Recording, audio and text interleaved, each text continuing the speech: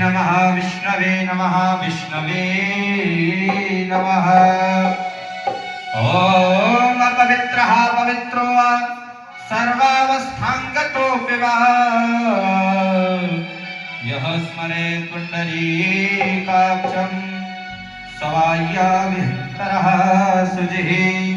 पुण्डरीकाक्ष पुनातो पुण्डरीकाक्ष पुनातो पुण्डरीकाक्ष पुनातो।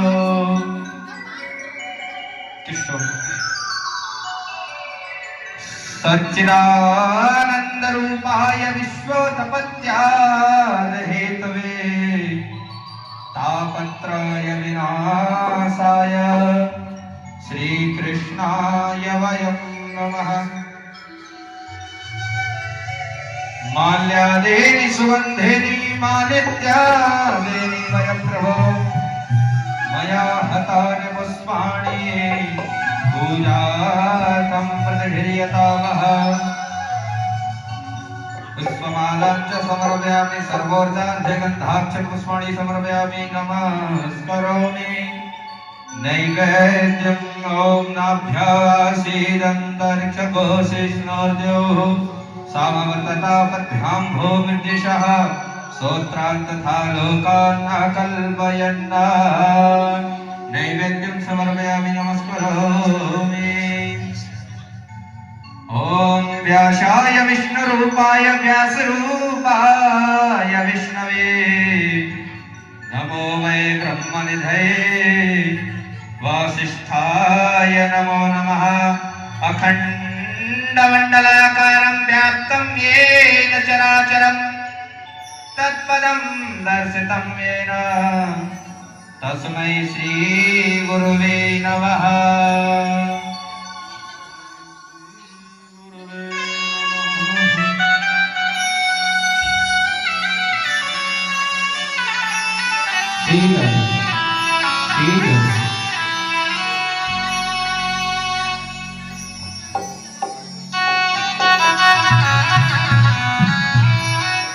आगे आपको ठाकुर जी को माला पहना दीजिए।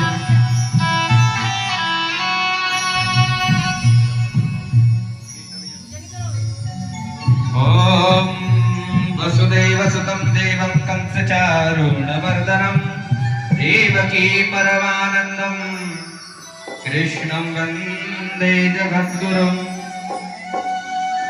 माल्यादेनि सुगन्धेनि मालित्यादेनि वयप्रभो मया हतानि पुष्पाणि पूजार्थं प्रतिगृह्यतामः।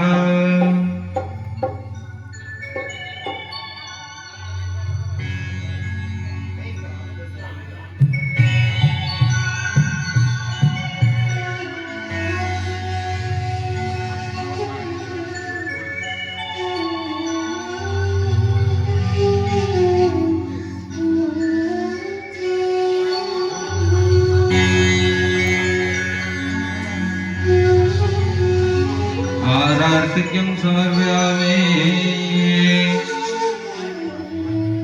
ॐ चन्द्रमा मनसो जाति चक्षुः सूर्यो अजायत श्रोत्रादायुष्य प्राणिष्य मुखादग्निरजायतः।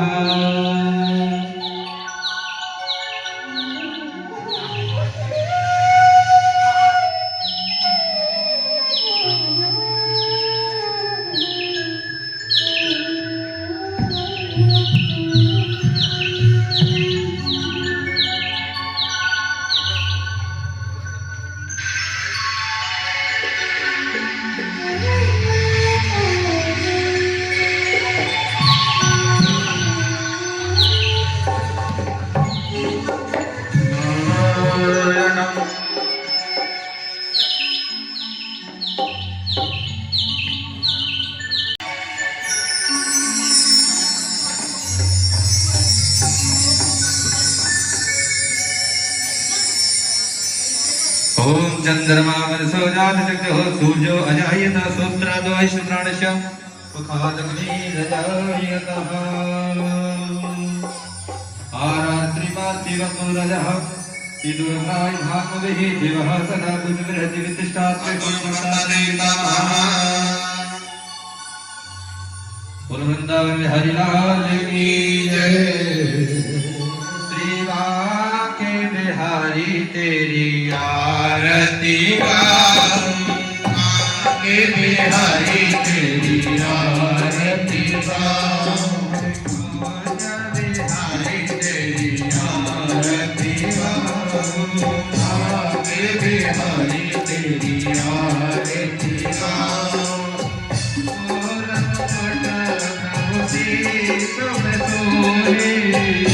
और मुकुट में शीश सोहे, प्यारी राशि मेरा मन मोहे, प्यारी मुरली मेरा मन मोहे, देख छवि बलिहारी जाओ, दुनिया के बिहारी तेरी आरती गाऊं, आगे बिहारी तेरी आरती गाऊं।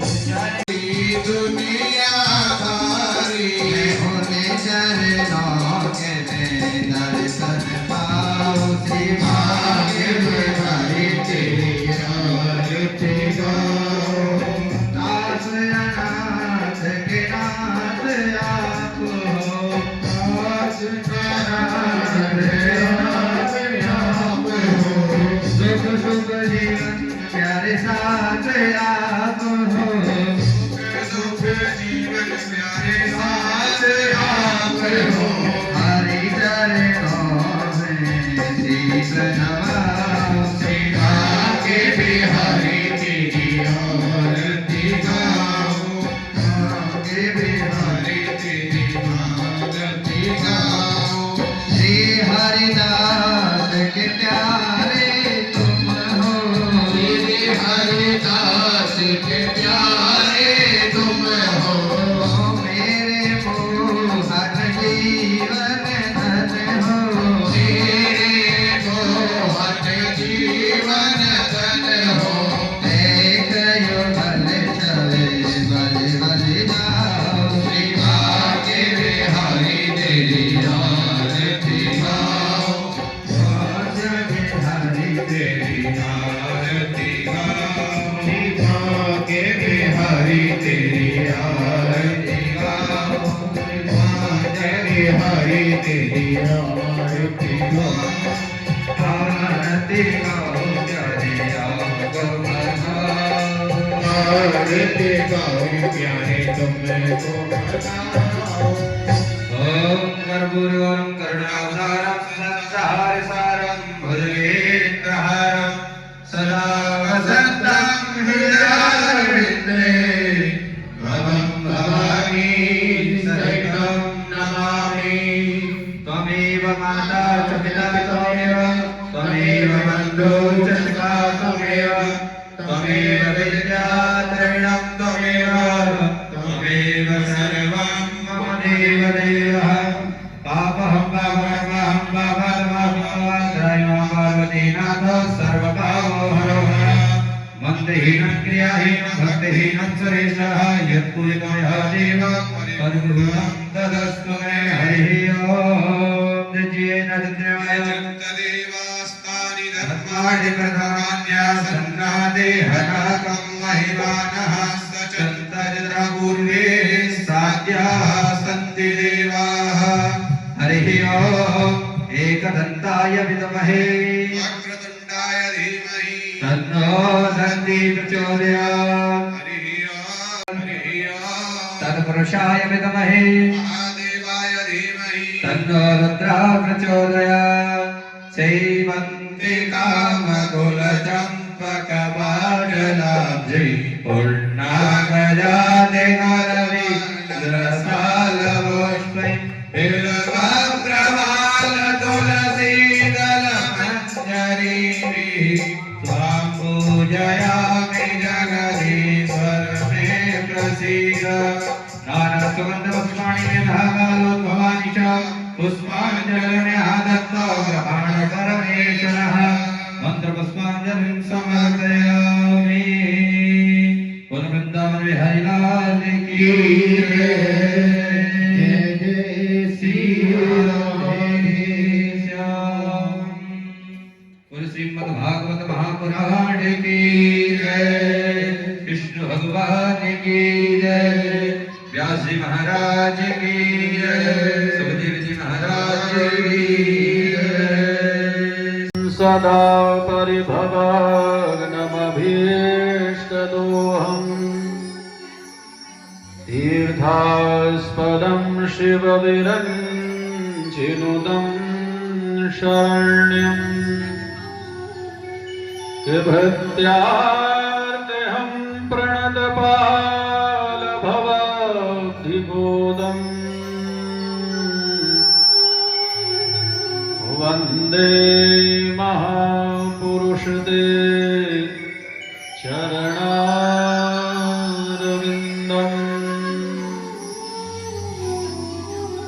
त्यक्त्वा सुदुस्तजसुरैप्सितराज्यलक्ष्मी धर्मेष्ठयार्यवचसा यदगादरण्यम्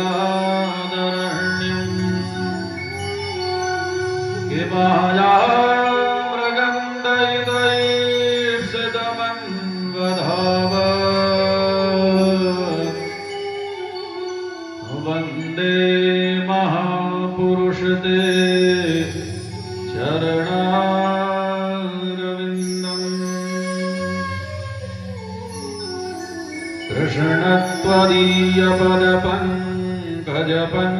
कृष्णत्वदीयपदपङ्कजपञ्जरान्ते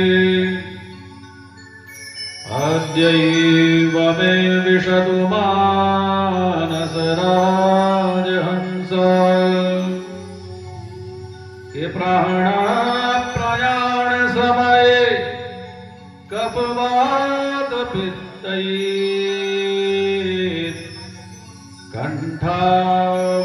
कण्ठावरोधनविधौ स्मरणं कुतस्ते नमोऽस्तु ते व्यासविशालबुद्धे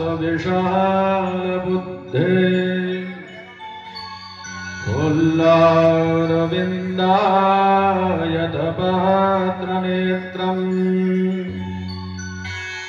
येन त्वया भारततैलपूर्णा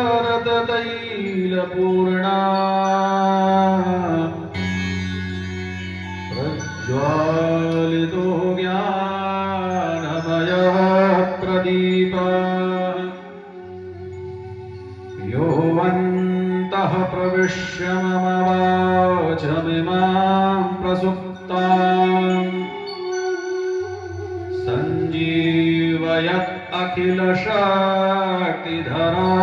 स्वधाम्ना अन्याश्च हस्तचरण श्रवणत्वगानि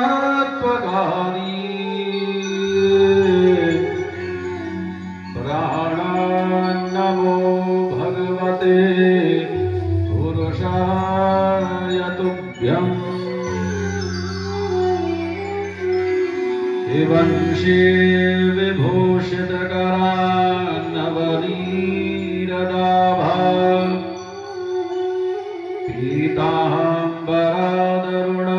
पीताम्बरादरुणबिम्बफल कृष्णात् परं किमपि तत्त्वमहं न जाने इयं प्रभजन्तमनुपेदमपेदकृत्यम् द्वैपायनो विरहकातरया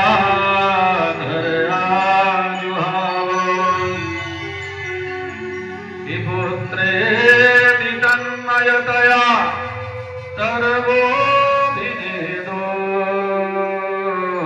सर्वोऽभिनेदोस्तं सर्वभूतहृदयं मुनिमानतोऽस्मि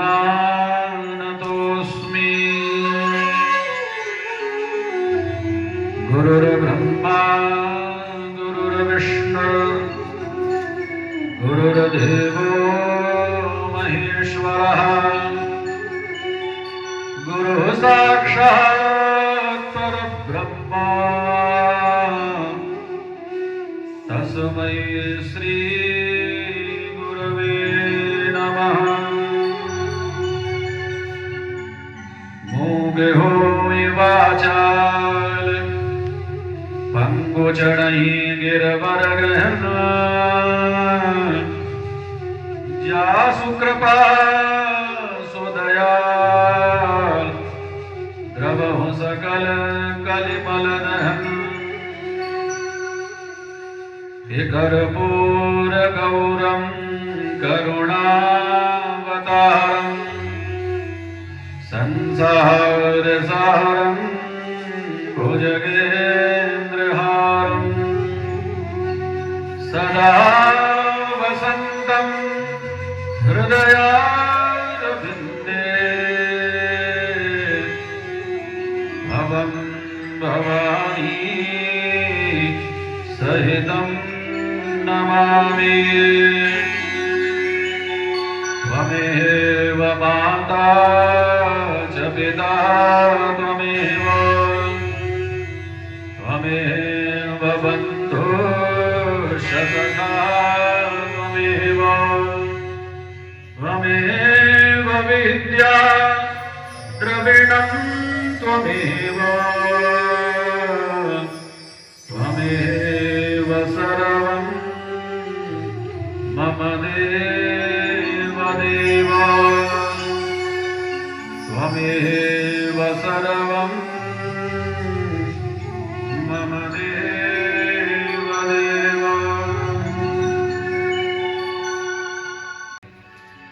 हम और आप सभी मिलकर के कुछ क्षण भगवान नाम का आश्रय लें। ओ श्री राधे राधे गोविंद गोविंद राधे श्री राधे राधे गोविंद गोविंद राधे राधे राधे गोविंद गोविंद राधे राधे राधे गोविंद गोविंद राधे राधे राधे गोविंद गोविंद राधे राधे राधे गोविंद गोविंद राधे गोविंद राधे गोविंद राधे राधे गोपाल राधे गोविंद राधे राधे गोपाल राधे गोविंद राधे राधे गोपाल राधे गोविंद राधे राधे गोपाल राधे गोविंद राधे राधे गोपाल राधे गोविंद राधे गोविंद राधे राधे गोपाल राधे गोविंद राधे राधे गोपाल राधे राधे राधे गोविंद गोविंद राधे राधे राधे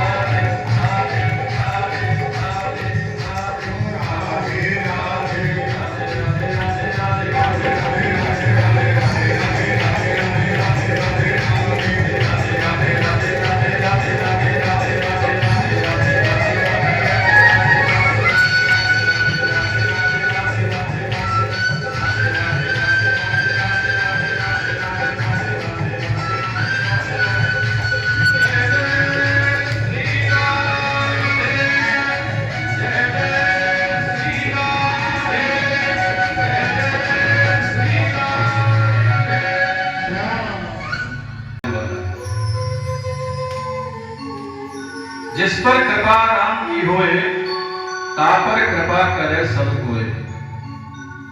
जब तक उस परात्पर नारायण की कृपा नहीं होती तब तक ऐसे सुंदर आयोजन सुलभ नहीं हो पाते। और जिनके ऊपर प्रभु की कृपा हो जाती है वो ही इस कथा श्रवण के अधिकारी हो पाते हैं। नहीं तो क्या वीआईपी सोसाइटी में इतने ही लोग रहते हैं बस। लेकिन जिन पर प्रभु की कृपा हो गई वो आज इस कथा श्रवण के अधिकारी बन चुके हैं।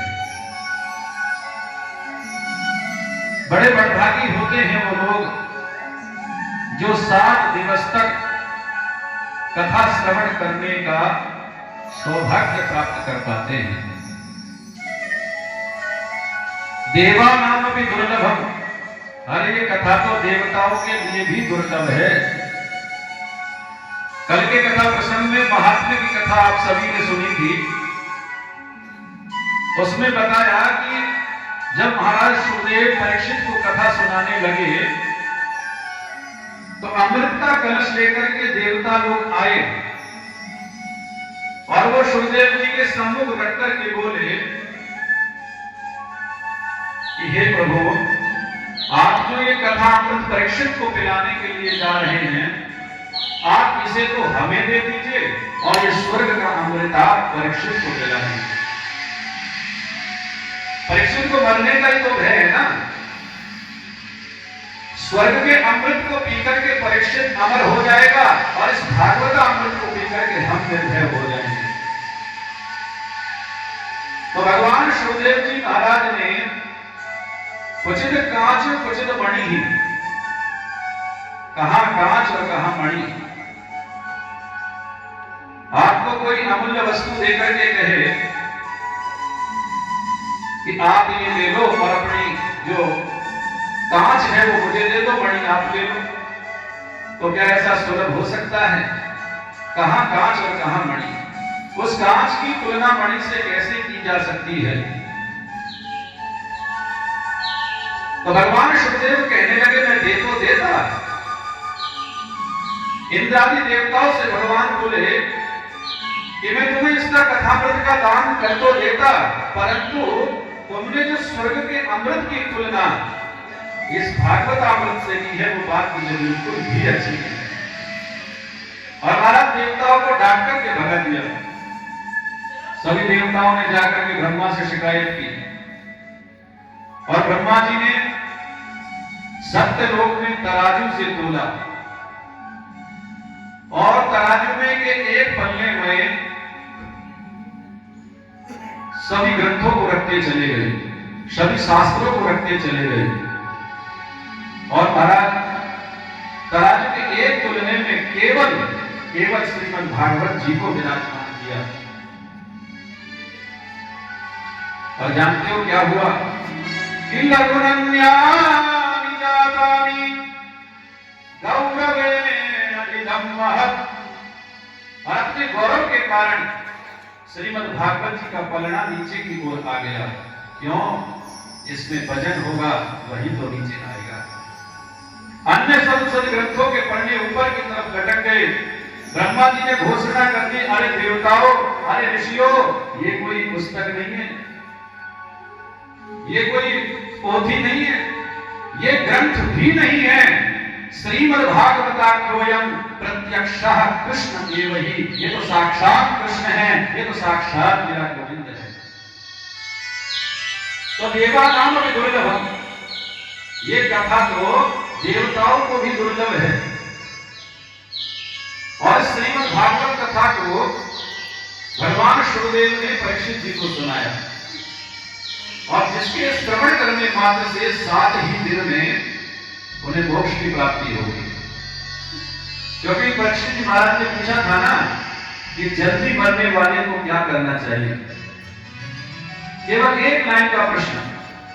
अगर परीक्षित चाहते तो ये प्रश्न कर सकते थे कि प्रभु मेरी मृत्यु को टाल दीजिए, और भगवान सुखदेव टाल भी सकते थे, लेकिन मृत्यु को टालना समस्या का समाधान नहीं था। केवल एक लाइन का प्रश्न किया कि जल्दी मरने वाले को क्या करना चाहिए। और महाराज सुखदेव ने ऐसी कथा श्रवण कराई कि परीक्षित के लिए 7वें दिन ही विमान आ गया। तो देवताओं के लिए भी दुर्लभ है श्रीमद् भागवती कथा। कल के कथा प्रसंग में आप सभी ने श्रवण किया था कि भक्ति माता के कष्ट की निवृत्ति हुई, ज्ञान वैराग्य का बुढ़ापा दूर हो गया, दुंदकारी को मोक्ष की प्राप्ति हुई। कहते हैं जिसने जीवन पर्यंत पाप कर्म किए हो और पाप करते करते जिसकी अकाल मृत्यु हो गई हो और मृत्यु के पश्चात भूत प्रेत आदि की योनियों में जो विचरण कर रहा हो, ऐसे व्यक्ति के निमित्त भी यदि श्रीमद् भागवत की कथा करा दी जाए तो 7वें दिन उसे सदगति मिल जाती है, मोक्ष मिल जाता है। यही दुंदकारी के साथ हुआ। हाँ, ब्राह्मण पड़ा और ब्राह्मण होकर के पाप कर्म करने लगा और पाप कर्म करते करते अकाल मृत्यु हुई और मृत्यु के बाद आत्मदेव जी के उस विशाल महल में प्रेत बनकर के पड़ा था। महाराज गोकर्ण जी ने कथा श्रवण कराई और श्रीमद् भागवत की कथा श्रवण करके 7वें दिन ही उसके लिए विमान आ गया और विमान में बैठकर के वो तो वैकुंठ चला गया। बोलिए भागवत भगवान की जय। तो इतनी दुर्लभ है श्रीमद् भागवत की कथा, इसे श्रवण करने के बाद में आत्मचिंतन करना चाहिए कि इस कथा का मेरे जीवन के साथ में कितना संबंध है। और आज जो मैंने कथा का श्रवण किया, उस कथा का, उस प्रसंग का मेरे जीवन में कितना संबंध रहा। आत्मविचार करना, आत्मबोध कराना ही श्रीमद् भागवत कथा का उद्देश्य है। सबसे पहली बात कि श्रीमद् भागवत की कथा से भक्ति उत्पन्न होती है। यदि कोई नास्तिक व्यक्ति भी 7 दिन तक क्रम से, नियम से श्रीमद् भागवत का श्रवण कर ले तो उसे निश्चित ही भक्ति की प्राप्ति हो जाती है और 7वें दिन तो वो श्री कृष्ण बोलना प्रारंभ कर देता है।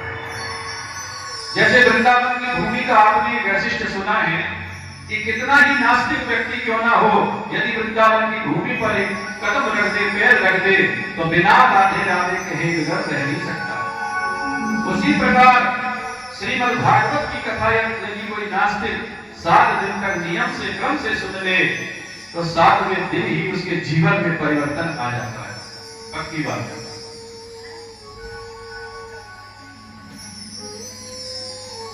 इधर श्रीमद् भागवत की कथा गोकर्ण जी महाराज ने दुंदकारी के लिए सुनाई, उधर सूत जी महाराज इस कथा को शौनक आदि ऋषियों को सुना रहे हैं और हरिद्वार के पावन तट पर सनक आदि 4 ऋषि कुमार इस कथा को नारद जी को सुना रहे हैं और इधर गोकर्ण जी महाराज दुंदकारी को सुना रहे हैं और इधर भगवान शिवदेव महाराज परीक्षित को सुना रहे हैं। और आज यही कथा आज इस सोसाइटी के मध्य में बैठ करके हम आपको सुना रहे हैं। तो श्रीमद् भागवती कथा समस्त पापों को विध्वंस करने वाली है, 7वें जीवन से परिवर्तन लाने वाली है।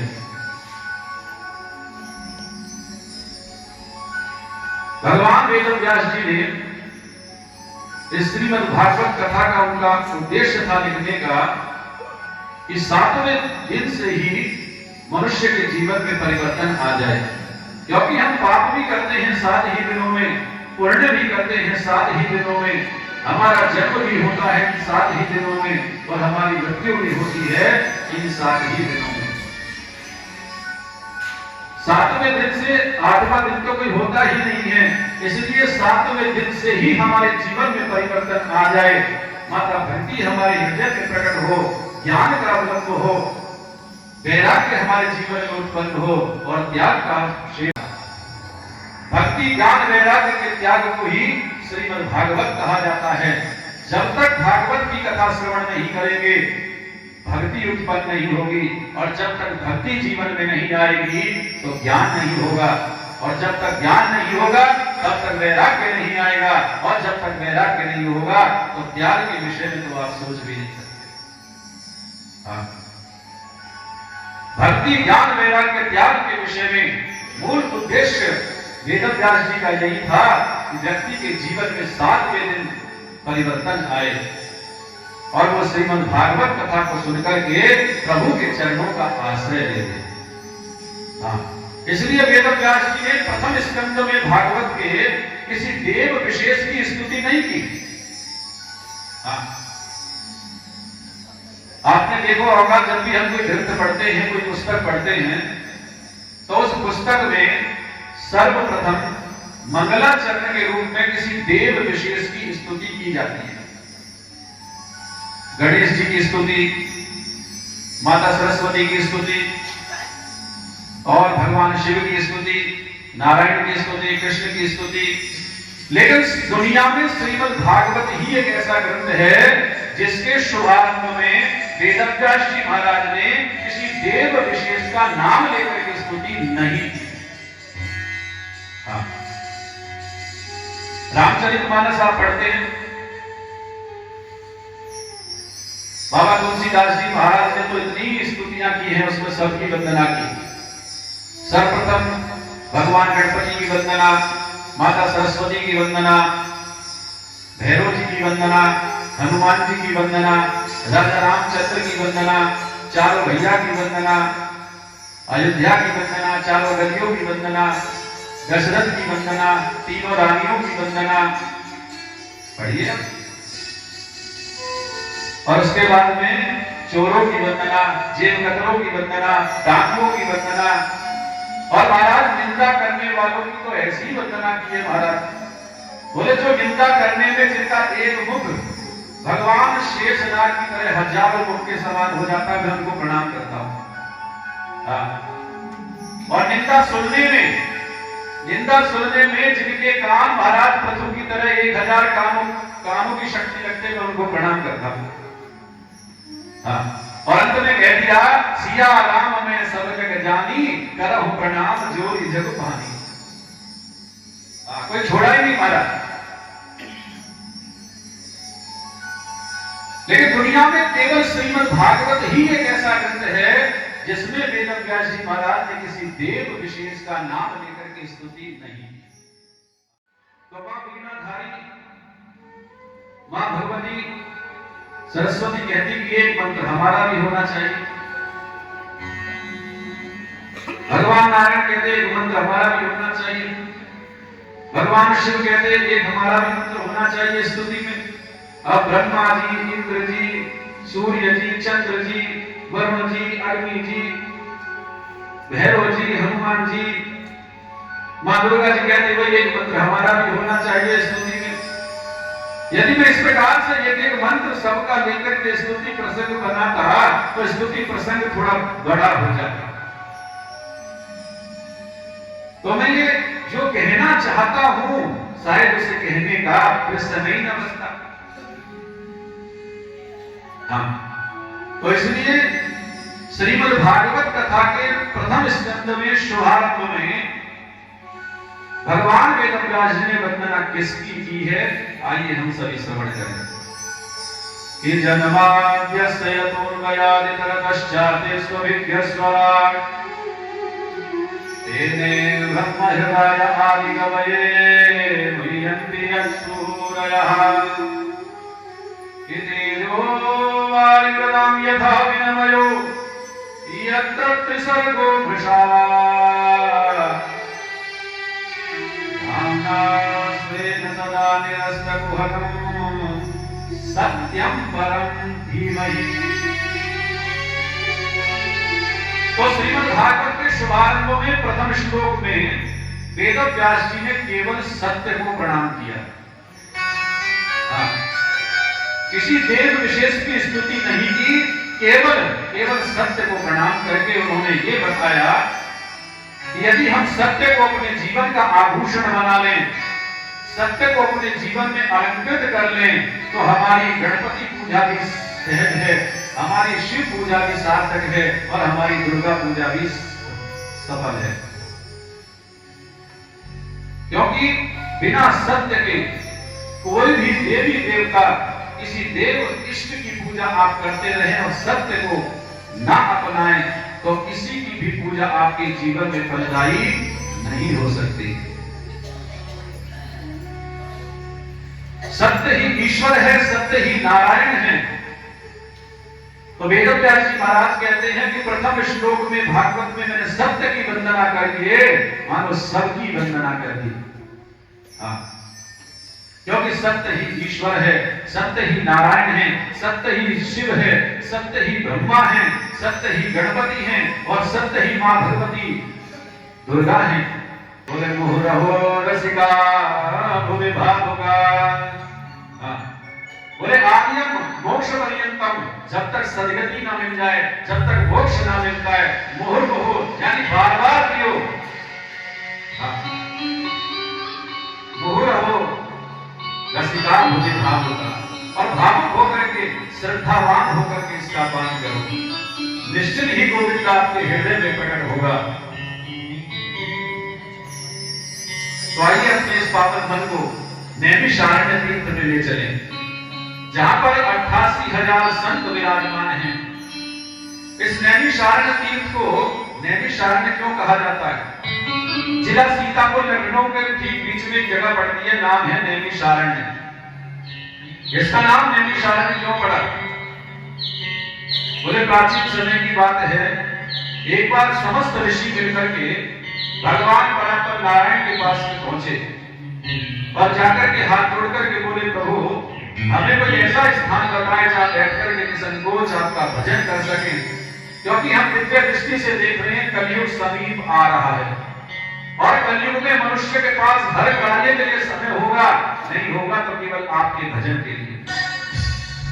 कलयुग में मनुष्य को भगवान के भजन के लिए समय नहीं होगा, सब अन्यत्र कार्यों के लिए समय होगा। हाँ,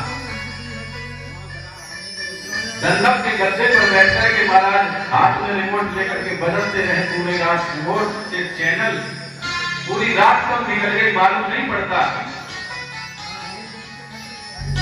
अन्यत्र कार्यों के लिए समय है, लेकिन भगवान के भजन के लिए कलयुग में मनुष्य के पास समय नहीं रहेगा।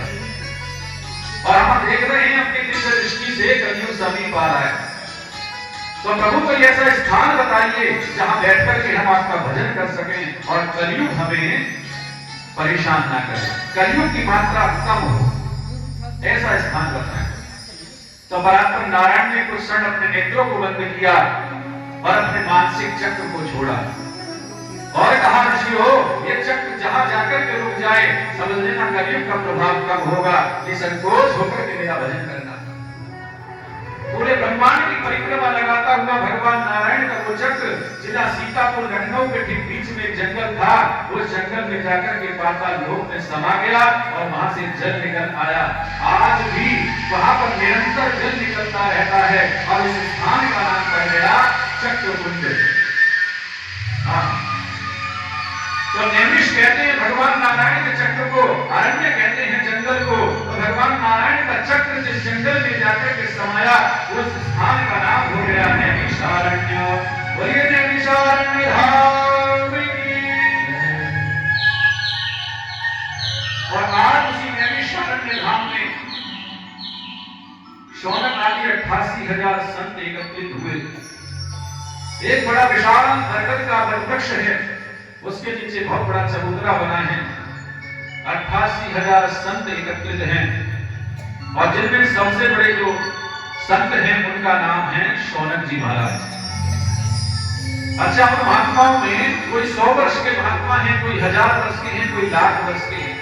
उस समय तो आयु बहुत हुआ करती थी। ध्यान देना सज्जनों, सतयुग में मनुष्य की आयु 1,00,000 वर्ष थी। 1,00,000 वर्ष से पहले कोई मरता ही नहीं था।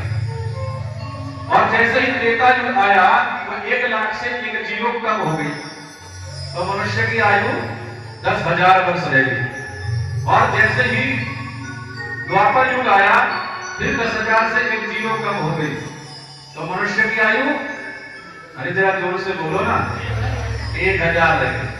और जब कलयुग आया तो फिर 1,000 से 0 कम हो गई, तो मनुष्य की आयु 100 वर्ष की रह गई।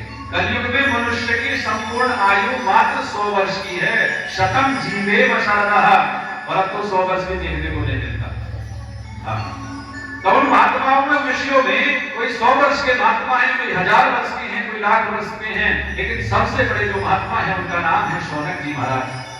और जितने भी संत वहां बैठे थे ना, सबने उनको उठ करके दंडवत प्रणाम करना प्रारंभ कर दिया। रसूल जी महाराज ने कहा नहीं नहीं, मुझे इस प्रकार प्रणाम करना उचित नहीं है, मैं आपकी अवस्था में बहुत छोटा हूं। महाराज ने वो संकोच होता है। तो शौनक जी महाराज ने बड़ी सुंदर बात कही कि आयु वृद्धा धनम वृद्धा मान वृद्धा तथैव च ते सर्वे ज्ञान वृद्धा किम कला शिष्य किम कला। बोले महाराज कोई आयु में बड़ा होता है, कोई धन से बड़ा होता है, कोई मान सम्मान की दृष्टि से बड़ा होता है, किंतु ते सर्वे ज्ञान वृद्धा, जो ज्ञान में बड़ा हो वो अधिक आदरणीय और सबके लिए पूजनीय कहा जाता है। आप देखने में तो 16 वर्ष के महात्मा लगते हैं, परंतु अज्ञान रूपी अंधकार जो मनुष्य के अंदर बैठ गया है, उस अज्ञान रूपी अंधकार को दूर करने में हे सूर्य जी महाराज आपका ज्ञान करोड़ों सूर्य के समान है। अज्ञान ज्ञान विध्वंस कोटि सूर्य समप्रभा सूताध्यायी कथासार मम कर्ण रसायनम। आप अद्भुत ज्ञान के भंडार हैं। आप देखने में तो 16 वर्ष के महात्मा लगते हैं, परंतु आप समस्त शास्त्रों के सार को जानते हैं, संस्कृत के अद्भुत विद्वान हैं। आपके चरणों में हम सभी प्रणाम करते हैं। बोलिए सूर्य जी महाराज की। और महाराज सूर्य जी महाराज को वटवृक्ष के नीचे जो बहुत बड़ा चबूतरा बना था उसके ऊपर कुशा का आसन बिछाया, सूर्य जी महाराज को विराजमान किया और शौनक जी महाराज ने आज सूर्य जी महाराज का पूजन किया और सभी मंडली बनाकर के बैठ गए। सबसे आगे शौनक जी महाराज बैठे और चरणों में प्रणाम करके बोले प्रभु आज आपसे कुछ पूछने का मन होता है, आपकी आज्ञा हो तो आपसे कुछ विनय करूं। सूर्य जी महाराज बोले कहो। तो शौनक जी महाराज ने आज सूर्य जी महाराज से एक प्रश्न कर दिया। इव्रतेन तपसा किं वा प्राप्स्यते वांछितं फलम् तत्सर्वं श्रोतुमिच्छामो कथयस्व महामुने।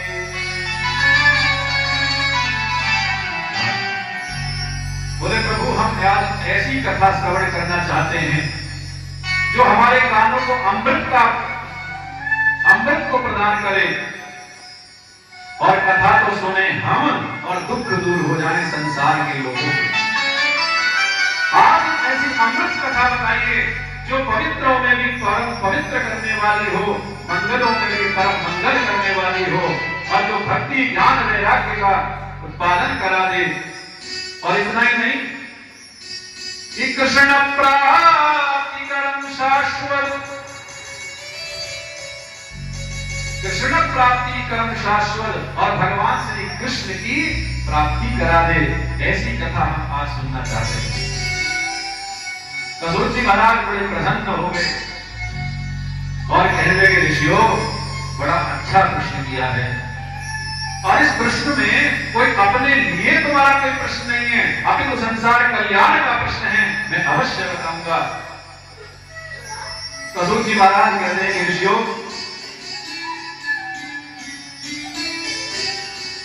तुमने पूछा था ना कि ऐसी कौन सी कथा है जो गोविंद से मिला देती है।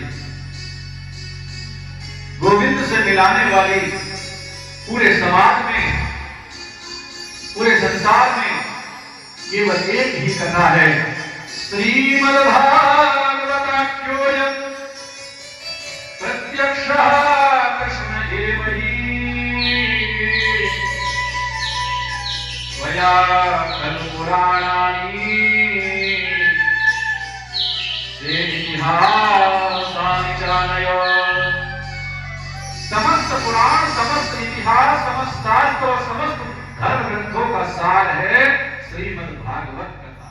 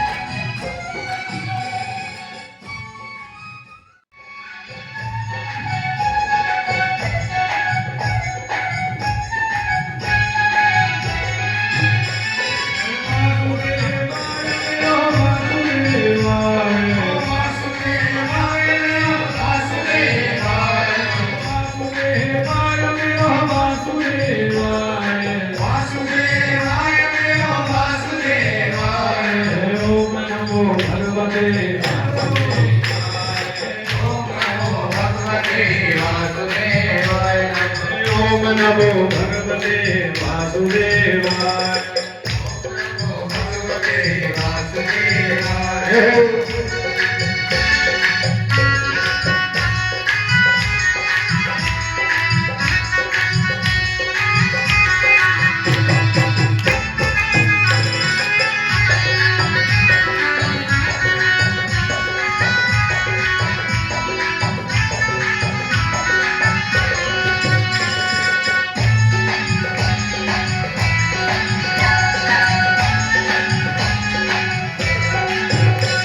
अरे वासुदेवाय मेरो नंद नंदनाय। वासुदेवाय मेरो नंद नंदनाय। ओ वासुदेवाय मेरो नंद नंदनाय। वासुदेवाय मेरो नंद नंदनाय। ओम नमो भगवते वासुदेवाय। ओम नमो भगवते वासुदेवाय। ओम नमो भगवते वासुदेवाय। ओम नमो भगवते वासुदेवाय। ओम नमो भगवते वासुदेवाय। ओम नमो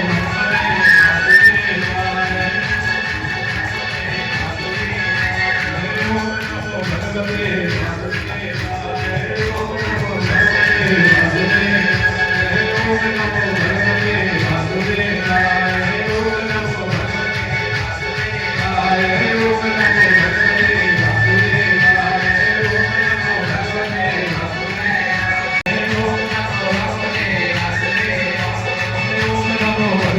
वासुदेवाय। ओम नमो भगवते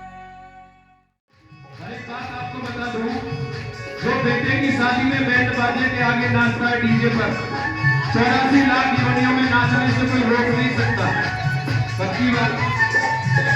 जो बेटे की शादी में बैंड बाजे के आगे नाचता है डीजे पर, 84 लाख योनियों में नाचने से कोई रोक नहीं सकता।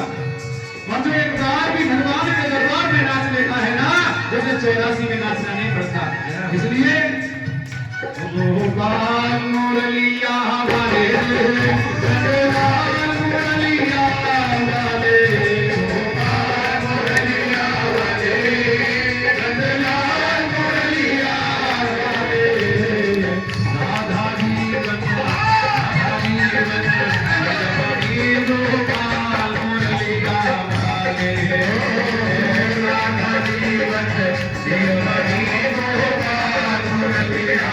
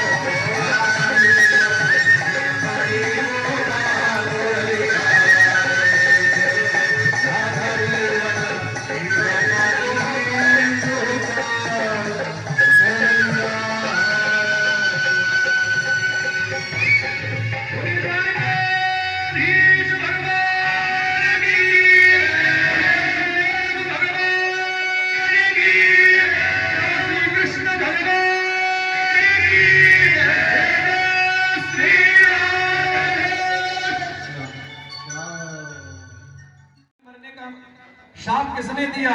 ऐसा उसने कौन सा अपराध कर दिया था जिसके कारण उसे अकाल मृत्यु का शाप मिला? और परीक्षित के जीवन में आगे क्या क्या हुआ हम सुनना चाहते हैं।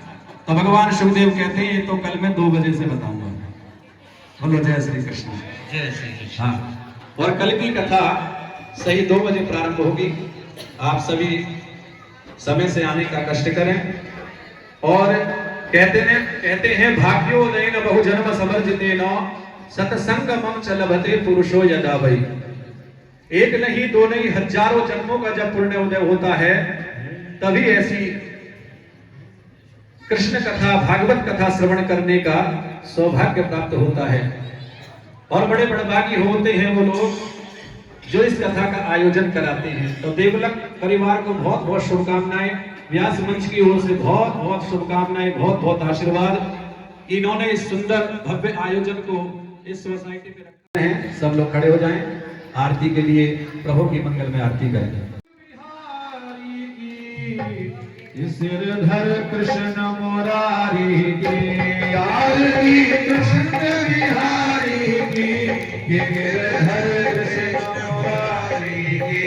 गले में वैजंती माला, गले में वैजंती माला, बजावे मुरली मधुर बाला, बजावे मुरली मधुर बाला। श्रवण में कुंडल दल काला, श्रवण में कुंडल दल काला। नंद के आनंद नंद लाला, नंद के आनंद नंद लाला, नंद के आनंद नंद लाला, नंद के आनंद नंद लाला। गगन सम अंग कांति काली, गगन सम अंग कांति काली। राधिका चमक रही रे आली, राधिका चमक रही आली। रतन में ठाड़ी बनवाली, रतन में ठाड़ी बनवाली। भ्रमरसी अलक चंद्र सी झलक, ललित छवि श्यामा प्यारी की। गिरधर कृष्ण मुरारी की आरती कुंज बिहारी की। श्री गिरधर कृष्ण मुरारी की आरती कुंज बिहारी की। गिरधर कृष्ण मुरारी की आरती कुंज बिहारी की। श्री गिरधर कृष्ण मुरारी की। कनकमय घोर मुकुट बिलसे, कनकमय घोर मुकुट बिलसे। देवता दर्शन को तरसे, देवता दर्शन को तरसे। गगन सो सुमन बहुत बरसे, गगन सो सुमन बहुत बरसे। भजे मूर्छन मधुर मृदंग, ग्वालिनी संग अतुल रति गोप कुमारी की। गिरधर कृष्ण मुरारी की आरती कुंज बिहारी की। श्री गिरधर कृष्ण मुरारी की आरती कुंज बिहारी की। गिरधर कृष्ण मुरारी की आरती कुंज बिहारी की। श्री गिरधर कृष्ण मुरारी की। जहाँ से प्रकट भई गंगा, जहाँ से प्रकट भई गंगा। कलुष कलिहारिणी श्री गंगा, कलुष कलिहारिणी श्री गंगा। श्रवण से होत मोह भंगा, श्रवण से होत मोह भंगा। बसी शिव शीर्ष जटा के बीच, अधोहर कीच ललित छवि श्यामा प्यारी की। गिरधर कृष्ण मुरारी की आरती कुंज बिहारी की। श्री गिरधर कृष्ण मुरारी की। चमकती उज्ज्वल तट रे दो, चमकती उज्ज्वल तट को। बजा रही वृंदावन वेणु, बजा रही वृंदावन वेणु।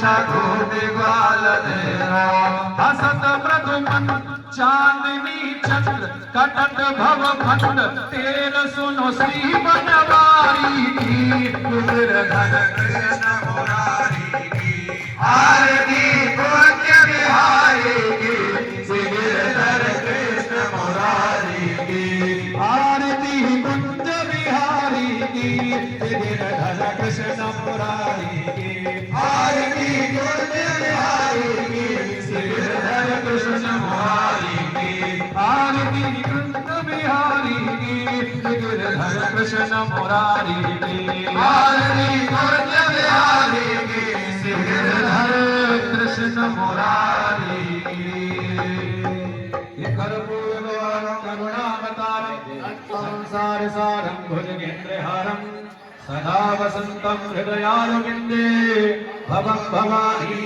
सहितं त्वमेव माता च पिता त्वमेव बन्धुश्च सखा त्वमेव विद्या द्रविणं त्वमेव सर्वं मम देव हरि ओम् राजाधिराजाय प्रसय्य साहिने नमो भयं वै श्रवणाय कुर्महे समे कामान् कामकामाय मह्यं कामेश्वरो वै श्रवणो दधातु कुबेराय वै श्रवणाय महाराजाय नमः हरि ओम् स्वस्ति साम्राज्यं भोज्यं स्वराज्यं वैराज्यं पारमेष्ठ्यं राज्यं महाराज्यमाधिपत्यमयं समन्तपर्याये स्यात् सार्वभौमः सार्वायुः शान्तार्घात् परार्घात् पृथिव्यै समुद्रपर्यन्ताय एकरणादिति तदप्येष श्लोको विगीतो मरुतः परिवेष्टारो मरुतस्यावसङ्गृहे आवीक्षितस्य कामपरे विश्वे देवा सभासद इति हरिः ओम् विश्वतः चक्षुरुत विश्वतो मुखो विश्वतो बाहुरुत विश्वतस्मात् सम्बाहुव्यात् धमति सम्पादतरये द्यावा भूमि जनयन् देव एकः हरिः ओम् एकदन्ताय विद्महे वक्रतुण्डाय धीमहि तन्नो दन्तिः प्रचोदयात् हरिः ओम् नन्दनन्दनाय विद्महे वासुदेवाय धीमहि तन्नो कृष्णः प्रचोदयात् सेवन्तकावकुलचन्द्रकपाटलाब्जै पुन्नागदाभिकरवीररसालपुष्पै बिल्वप्रवाल तुलसीदलमञ्जरीभिः जगदीश्वरि मे प्रसीद मम न भजन शक्ति पादयोस्ते न भक्ति न च विषय विरक्ति ध्यान योगेन शक्ति इति मनसि सदाहं चिन्तयामाद्य शक्ति नारायण भगवान की बोलो शंकर भगवान की संत समाज की वेद भगवान की गंगे मैया की दुर्गे माता की भारत माता की नारायण भगवान की भागवत भगवान की व्यास जी महाराज की सुखदेव भगवान की परीक्षित जी महाराज की बोलिए भागवत भगवान की बोलिए भागवत भगवान की हर हर महादेव जय जय श्री राधे जय जय श्री राधे जय जय श्री राधे सर्वे भवन्तु सुखिनः सर्वे सन्तु निरामयो सर्वे भद्राणि पश्यन्तु मां कश्चित् दुर्भाग् भवेत् सभी सुखी रहें सबका जीवन आनंद पूर्वक रहे इन्हीं शुभकामनाओं सहित जय श्री कृष्ण।